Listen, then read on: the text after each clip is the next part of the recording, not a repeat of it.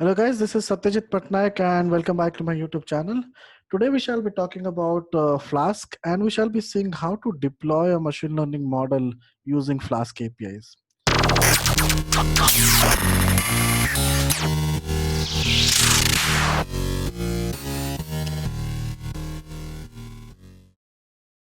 Now before moving ahead, let's try to understand what is Flask.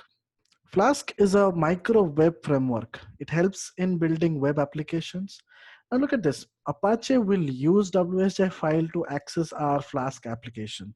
So the WSGI file allows Apache to interact with Python as if it is native. Now WSGI is nothing but web server gateway interface. Now Flask is a web framework. It provides user with tools, libraries, and technologies to allow to build a web application. Now we shall be covering what is Flask. Before moving ahead, what is Flask? Let's try to understand what is Flask URL binding. Now let's cover all the concepts related to Flask and then we'll go ahead with our basic Flask code. Let's try to understand what is Flask URL binding. Now Flask URL binding is nothing but used to build a URL to specify function dynamically. Now, when you are using some website, it is something like facebook.com/something. That slash, that means it's a page, it's an internal page to that particular website. Similarly, we can also define various pages. If you are building our own web application, we can define the pages. Like if I just want to redirect my application to the home page, I can simply keep it as slash. If I want to redirect some other contents in some other page called as page 2, so I will mention it as slash page 2. So we'll try to understand what is Flask URL binding slowly. So just wait for it. Let's try to understand what are the various Flask HTTP methods. Now we must already be knowing about some of the HTTP methods in our previous classes. I would say when during our 10th and 12th, we have already studied the various HTTP methods. If not, maybe you can go back to tutorials point or some other website to understand, have a better understanding on the various HTTP methods. Let me just wind up what exactly HTTP methods are. There are various methods in your HTTP.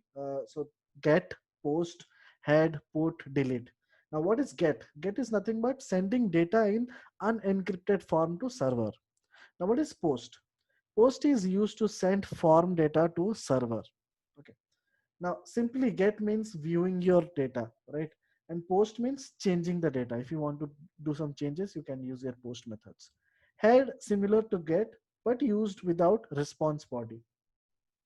Similarly, we have put and delete. Okay, so we shall be covering all this when we will talk about our Flask APIs, right? From a very layman's point of view, I have explained what exactly Flask is. Let's try to code our first Flask API or Flask application, and let's see how it works. And then we will try to build one of our machine learning codes or one of our machine learning models using Flask. Now I have already created a folder named as Flask tutorial. Here I have created a new file which is new.py. So what I'm doing is let's try to import Flask first.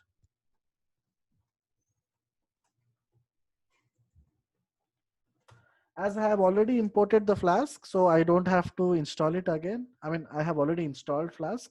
If you haven't installed, you can go through this particular command to install Flask. Pip install Flask. Okay, that will install Flask on your machines. Now, once your Flask is installed, let's instantiate the application. App equals to Flask name. Next will be calling our route function. I will explain each one of them so you don't have to worry about it. Let me write down the code and then I will explain. I'm creating a function. Let's return this is Sparta. Some randomly I'm just doing it. And let's first run this particular application and see how it works. Okay, I have saved it. So what I'll do is I'll open my Anaconda prompt. I'll go to this particular location where my file is located. Okay, so I hope it is visible. Python new.py. Okay, it's throwing some error. Okay, I'll have to cover it in braces. Okay. Again, somewhere, my bad. Yeah, name is not defined. My bad. Should be it. Okay, so you can see the server is serving Flask app named new. It's a lazy loading. Environment is production. You can change it to development environment as well. It's just a matter of one command. I will tell you. Use a production WSGI server instead. Debug mode is off. Now I'll also talk about debug mode. Let's try to go to this particular location and see. You can see what is happening in this particular application is my app is rerouting to slash. That means where my server is hosted, the slash location. What is happening? It is calling a function and it is returning this is Sparta, right? So this is nothing but same, right? Slash. When I'm calling this, it is returning as Sparta. Now let's say I'll try to hover to some other app, some other page. Let's say admin, which is not present, right? Admin is not present. If I just make it admin, it might work, but let's not do it. So admin is not found. So let's try to add one more route function called as admin.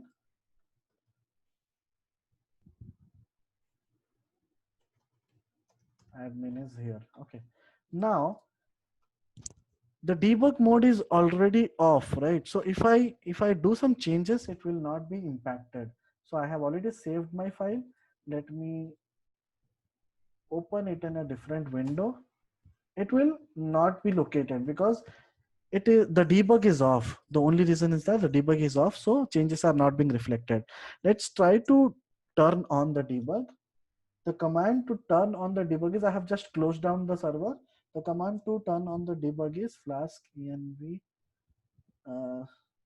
flask debug equals to on 1. I think so. Let's try to run this.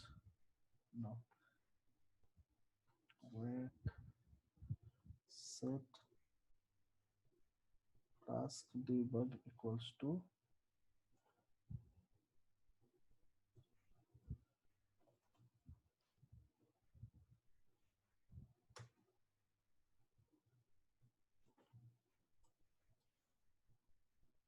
should be fine.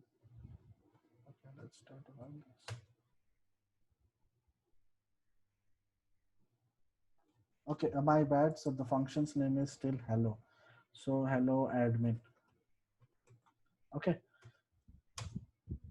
Okay. So you can see here the debug mode is on. Okay. When your debug mode is on, you can do your changes in your code. It will be reflected. Let's see that first. Let me go to the home page. This is Sparta. Let me go to the admin page. Admin is here. Let me go to some other page. Let's say admin 2. It's not found, right? But as our debug mode is on, let's try to create another method called as create another route function called as admin2. Admin2 is here. Okay, let admin2. Okay, I have just saved it. So I'm not rebooting the server. I'm not sure why it got closed. Okay, let me add one more function. Let us write it down because what it is doing is on the go, it is creating, let's write down like this. Okay. Let's return new page. Okay, something like this. So debug mode is still on. Let's go to this application and try to run on the admin 3 page. Should work, right? It's working. So this is how the debug on and off, you can play around with it. If you want real-time debug to be on, you can make it on. The debugs will keep on running and you can do your changes directly to your applications. Okay, now simply we'll move ahead from this topic to our next topic, which is our main topic. That's going to be like productionizing our machine learning application using Flask APIs. Okay, So before doing that, let's try to understand what exactly the use case is and what are we trying to do. Okay, let me walk you through the use case. This is a breast cancer prediction use case. I have taken this use case from Kaggle datasets. So I'll not run the first command because I have already installed it. Okay. So from here, what I'm doing is I have imported all my libraries, pandas as PD, SQL and model selection. So these all are, I have used somewhere down. Okay. So I have already imported the libraries. I'm reading the data set from one of the GitHub locations. Let me show you how the data looks like. So this is how the data looks like. We have data like ID, diagnosis, radius mean, texture mean. So these are all my X variables. Okay, these are all my features. Now diagnosis, whether the customer, whether the patient is having breast cancer or not. Okay, the values under diagnosis are M and B. That means malignant and benign. Now, malignant means cancerous and benign means non-cancerous. Okay, so the use case is simple. It's going to be like we are creating a classification model, use case where our model will be able to predict whether a new patient is having breast cancer or not. Okay. So as we walk through the code, this is not the final model. I have just randomly taken some variables because our main focus is not on this particular classification use case. Our main focus is to understand how Flask API works. Okay, but still I will walk you through the code. I have just read the data set. This is how the data set looks like. I have so many columns. So I have done a value count. So I have 212 cancerous records and 357 non-cancerous records. So obviously this data set is not, it's not balanced for sure. So definitely we'll have to go through various sampling techniques to make it, make it balanced and prepare our final model. But as I said, we are not concerned about the various feature engineering, feature selection, and all those steps. We are more concerned about how to productionize a model. Okay, so once you have already prepared your final model, then what? Most of the people are confused and most of the people have doubts in that area, right? So we will be walking you through that. So here what I've done is I've converted my diagnosis column, which was in the form of M and B. I have converted into numericals, zeros and ones. So here I have used a simple replace method. You can also go for label encoders. Okay. I have called my training and test split method. I have defined 80% as training and 20% as test. Here I have randomly selected 5 different features out of the lot. Obviously, you cannot do that in your real problems. You have to do a whole bunch of feature engineering steps, feature selection steps, and a lot of data pre-processing techniques. Then only you will be able to find out the important features. I have randomly selected 5, and I am creating my training X and training Y and test X and test Y. Let me run this particular. Yeah. Now this is how my data set looks like. Our next step is nothing but I'm calling a random forest classifier on 200 trees. Okay, and estimators is nothing but number of decision trees which is present inside.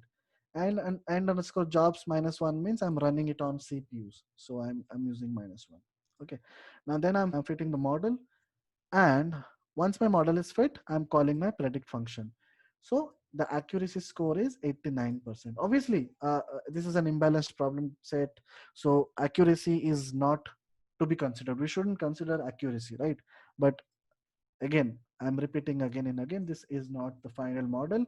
This is one of the, baseline models, you can say. The next what I'm doing is I'm seeing the columns which are present. Here I'm creating a new data frame, you can say. I'm passing some random values like as my 5 different features, and I'll see like whether for this particular data what is the output, what is the prediction. Okay, I have taken this as a list. Here I have created a data frame, new df equals to pd.data frame data. I have passed the columns. So this is how the new data df looks like, new data frame. Here I'm calling single equals to model.predict new df. So I'm going to predict on this particular new df, and single is 1. That means it's malignant, right? It's cancerous. This is how the model has been created. Again, one more example I have also taken. Here the output is 1, right? And you can go through this particular few of the lines, right? This is how the model has been prepared, right? So the model is prepared. We have tested it on single data as well. Obviously the data will not be accurate, the output will not be accurate, but we are not concerned about that. Maybe in the future videos of mine, I will also be publishing a lot of videos on various machine learning topics like feature scaling, feature engineering, feature selection, hyperparameter optimization, time series analysis. A lot of topics are there, right? So I will be covering each one of them in those particular in those particular videos. Today's video is more about the people who are building a lot of models as a practice or as part of their POC work or something like that, but they are not productionizing it. Once you work on the productionizing part, you get a better understanding how the productionizing works on premises, right? Obviously on cloud the deployment of models are little bit easier, because nowadays we already have the machine learning libraries and ML studios, and everything is already present in the cloud industries right now, right? So let's just focus on this particular Flask use case, which is our on-premises deployment. Now, this is where my model has been prepared. Now, the next step will be I can, as it is, use this particular code and prepare my Flask API, or else what I can do is I can save this model and just call my saved model as part of your Flask API building. Because when you are building a web application, you shouldn't call your model again and again. That means you shouldn't retrain it again and again. You should call you should call your unseen data, or you should call your model which is already saved, which has already been trained, right? Because you don't want to waste your time and energy in retraining, right? So there is a concept called as saving the model. So let me write down few codes to make you understand that using pickles we can also save the models. Okay, now let me write down few lines. I'm just giving a gap.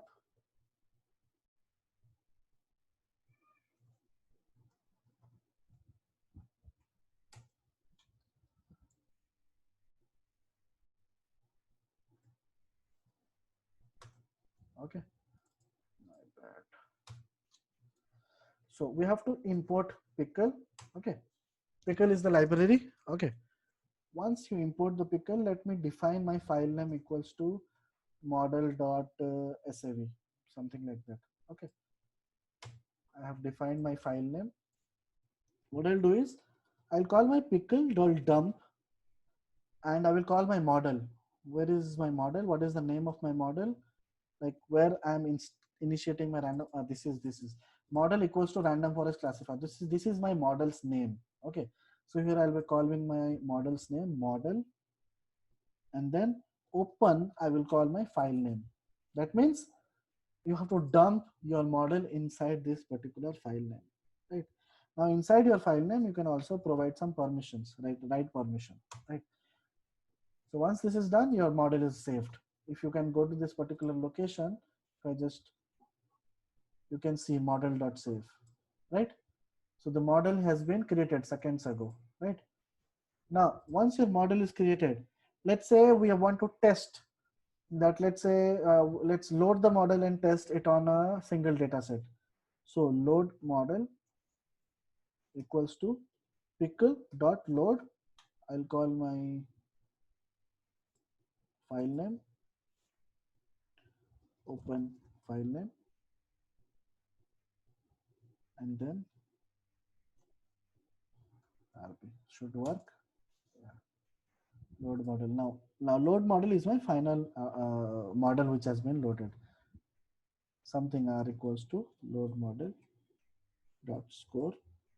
Let's call test C and test Y.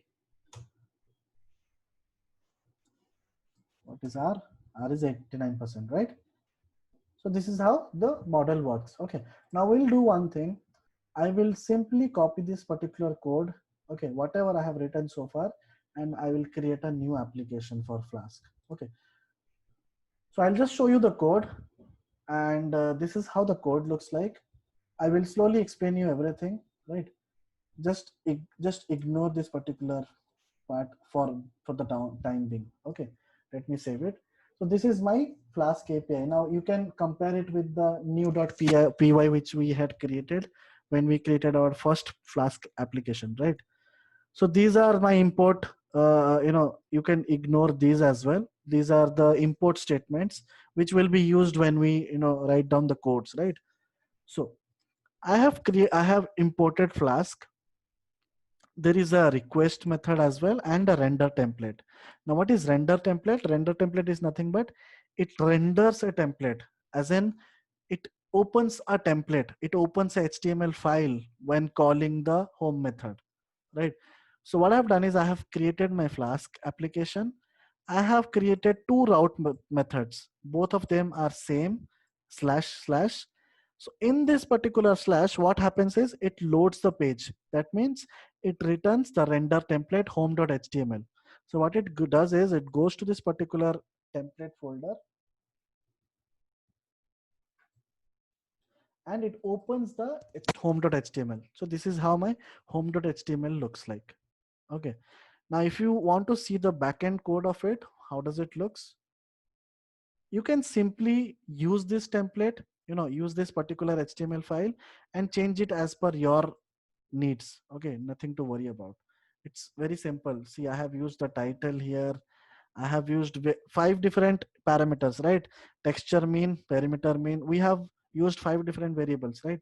So I have used 5 different variables: query 1, query 2, query 3, query 4, query 5. If you are building your own classification model, if you have 20 parameters, you have to define 20 queries like this. Okay. And then I have a submit button, and then I have two different outputs. I'm throwing two different outputs. One is whether it is cancerous or non-cancerous, and the second one is with how much probability. Okay. So render templates does this work. Our second app.route function is nothing but my post method, which does my prediction work. Okay. So let me undo it. So, okay, data set equals to, and let me just go through this. If you look at this particular code which we were running,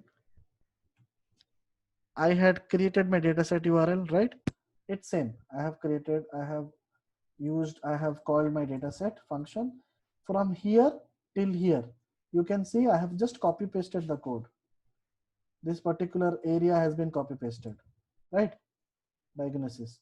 Once everything is done, I'm calling my model, and then I'm calling my predict function, right? This is the same code which we have used in this standalone class. Now the only difference in the Flask API is that we have to define the input queries, right? Because here we have 5 different inputs, right? So from your input web application, user will provide 5 different inputs. That input should be your input to your method. So here we will define 5 input queries. Input query 1, request.form, query 1. Now this query 1 should match with this query 1, right? This query 1. Similarly, I'll just copy paste the code. There are 5 queries: 2, 3, 4, 5. 2, 3, sorry, 3, 4, 5, right? Now what's next? Everything remains same till df, till everything. I have taken the input queries. Now till here, I have already done my prediction. That means my model is ready. So what I can do is I will call my model on my input queries, right? Got it? So what I will do is I will create my data. Like here I was creating my data, right? You can check, yeah, here data equals to something. This is nothing but my input query 1, query 2, query 3, query 4, and query 5. I will copy paste this code. Instead of the hard codes, I will just change it to input query 1, and then let me just copy paste everything. Okay, input query 2, input query 3, input query 4, query 5. Okay, now once my data is read, what I'll do is new df equals to, again, same thing. Let me copy paste. Okay, new diff equals to pd.data frame, single equals to, again, we can copy paste from here. Let me do this. Single equals to, sorry, right? Single equals to model.predict new df. Now, probability equals to model.predict on single. Sorry. Probability will be model.predict underscore proba. We have to call the probability predict underscore proba method to get the probability ratio, whether like if it is class A or class B, with how much percentage, with how much confidence, 0 0.8, 0 0.7, that means 80% confidence or 70% confidence, something like that. Okay. Now, of new df. Okay. Now, once that is done, let us also do one thing.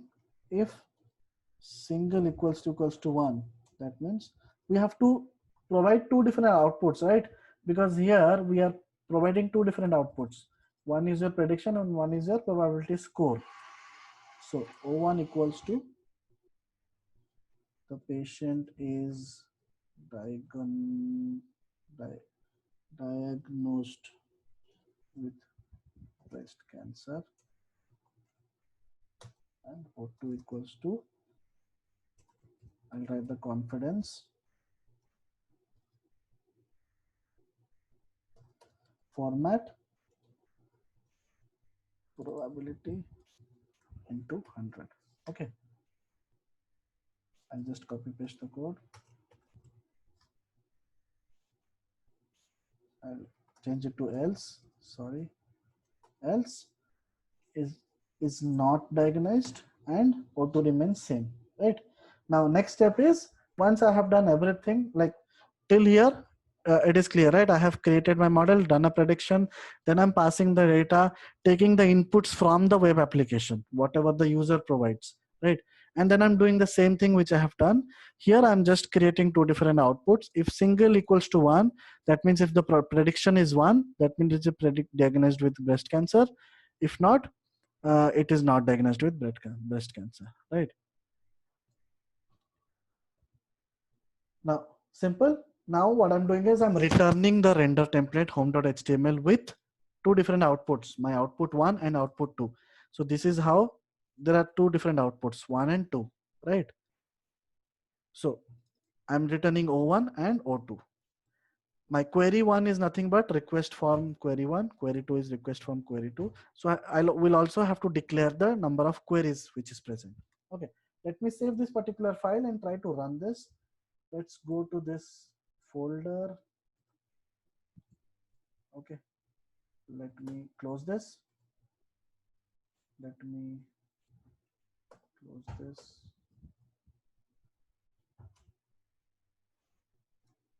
Sorry.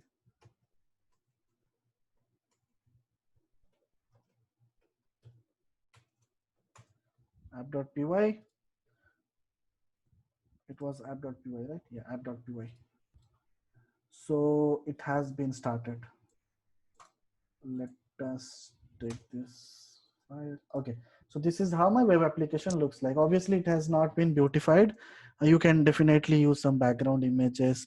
The more knowledge you have on the HTML part, you can beautify it, or maybe you can take help of any of your front end friends, and they can design you a very good HTML page, right? But our main concern is just productionizing and not beautifying it. We definitely have UI developers in every company, right?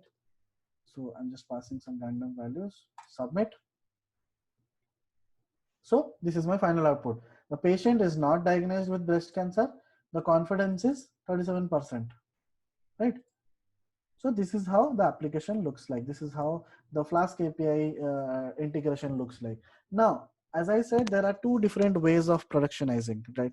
Because one of the way is this method where every time a user enters some values on the UI, there will be retraining, right?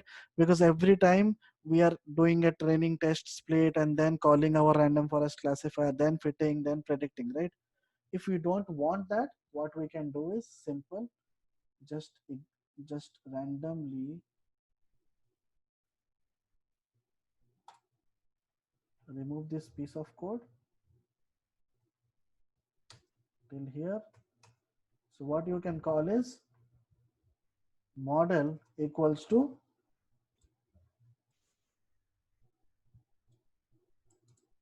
you can call this, right?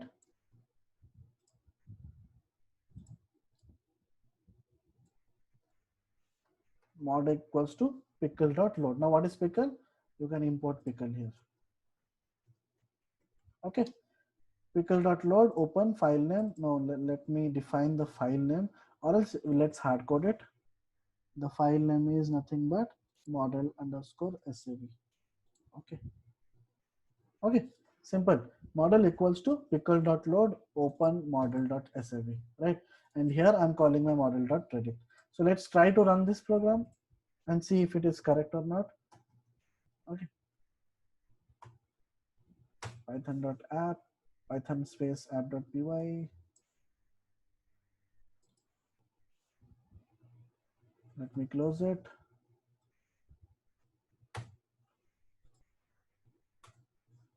Yeah. 12, 12, 12, 12, 12. Right? So the patient is diagnosed with breast cancer with a confidence of 91%. So this is how your Flask API deployment is done. Now in real scenarios, there can be different ways to productionize a machine learning code or a deep learning code or any code in Python or any type of language it is. There are two different ways of productionizing it. One is the cloud method of serverless. When we are working on some serverless architecture, you can take help of your Azure functions, or you can take help of your machine learning studio. Like if you're working on Azure, you can take help of your Azure machine learning. You can take help of your GCP machine learning. You can deploy it easily.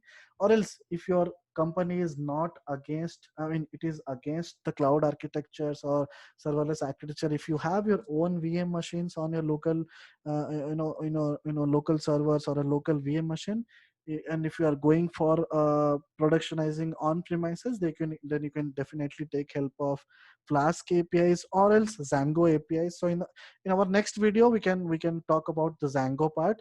It's basically your REST APIs, how you're converting your application into a RESTful API application using Zango. We'll cover in the next part. But yeah, today's topic was limited to Flask. I think you have a 70-80% understanding on Flask right now. In the entire video, we talked about Flask, and we talked about the various Flask URL binding techniques. What are the Flask HTTP methods present? We try to build a basic Flask model as well, and then we try to deploy it, right? So that's it for today's video. If you like, maybe like this video, share among your friends, and try to subscribe the channel, and I'll be coming up with very good contents in the very near future. Thank you, guys.